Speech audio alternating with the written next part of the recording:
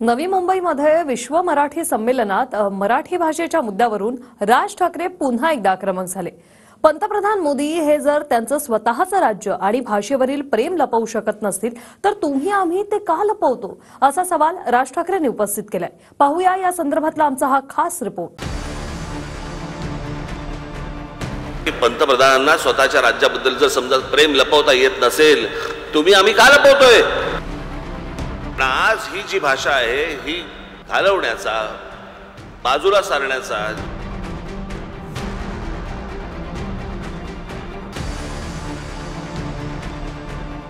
मनसे अध्यक्ष राज ठाकरे पुन्हा एकदा मराठीच्या मुद्द्यावरून आक्रमक झाले आहेत। पंतप्रधान मोदींना स्वतःच्या भाषेबद्दल, राज्याबद्दल प्रेम आहे, मग आपल्याला का नाही असा सवाल राज ठाकरेंनी उपस्थित केला। दरम्यान गुजरातमध्ये नव्यानं होऊ घातलेल्या प्रकल्पांवरूनही राज ठाकरेंनी अप्रत्यक्षरित्या मोदींना टोला लगावला। या देशाच्या पंतप्रधानांना जर समजा त्यांच्या भाषेबद्दल वाटतं, त्यांच्या राज्याबद्दल वाटतं,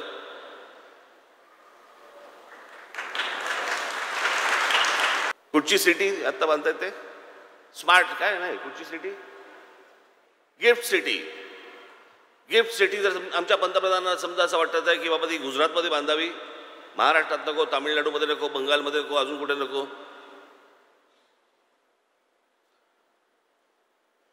हिऱ्यांचा व्यापार आपल्याला त्यांना असं वाटतं की बाबा गुजरातमध्ये न्यावासा वाटतोय, न्यावा त्यांनी। माझं असं म्हणणं आहे की पंतप्रधानांना स्वतःच्या राज्याबद्दल जर समजा प्रेम लपवता येत नसेल तुम्ही आम्ही का लपवतोय? महाराष्ट्रामधले सगळे नेते या आपल्या राज्याच्या उत्कर्षासाठी झटत असतात। आता उदाहरणार्थ गडकरी साहेब त्या ठिकाणी दिल्लीत मंत्री आहेत रोडचे।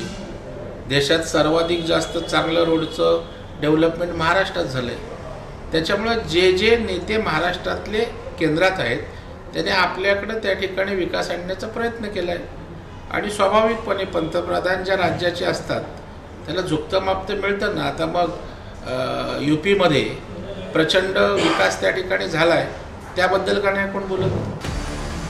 एवढं नव्हे तर मराठी भाषेला बाजूला सारण्यासाठी राजकीय प्रयत्न केला जात असल्याचा आरोपही राज ठाकरेंनी केलाय।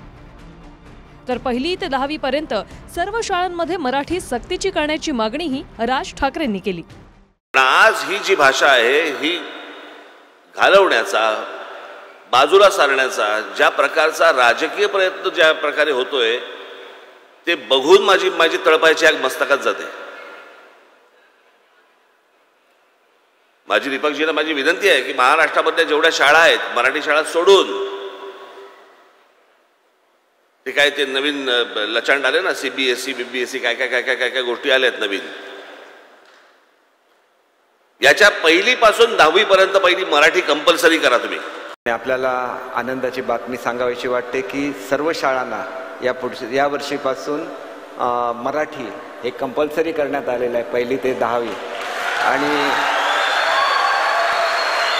दुसरं सुद्धा म्हणजे आपल्याला अतिशय आनंद होईल की आम्ही याच्या पुढच्या काळामध्ये महाराष्ट्र शासनाने निर्णय घेतला आहे नवीन एज्युकेशन पॉलिसीप्रमाणे मराठीमध्ये उच्च शिक्षण हे सुद्धा आम्ही या वर्षीपासून द्यायला सुरुवात केली। माझी विनंती आहे शिक्षक पण चांगले ठेवा, नाहीतर पुढे गोंधळ होईल।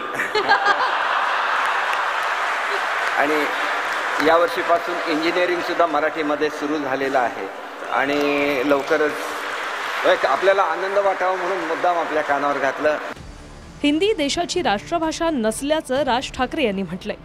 इतर काही राज्यात हिंदी बोलली जात नाही, मग आपल्या राज्यात आग्रह कशासाठी असा सवालही राज ठाकरेंनी यावेळी उपस्थित केला। या देशामध्ये राष्ट्रभाषेचा कधी निवाडा झालाच नाही। राष्ट्रभाषा म्हणून कुठचीही भाषा नेमली गेलीच नाही। केंद्र सरकार आणि राज्य सरकार यांच्यामधल्या फक्त कॉरेस्पॉन्डंटसाठी म्हणून इंग्रजी आणि हिंदी ही एवढीच भाषा ठेवली, पण हिंदी ही राष्ट्रभाषा नव्हे।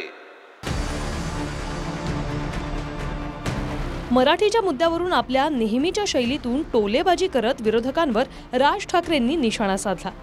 तर आपली माणसं आणि भाषा जपण्याचं आवाहनही राज ठाकरे यांनी यावेळी केलं। Bureau report, TV9 Marathi.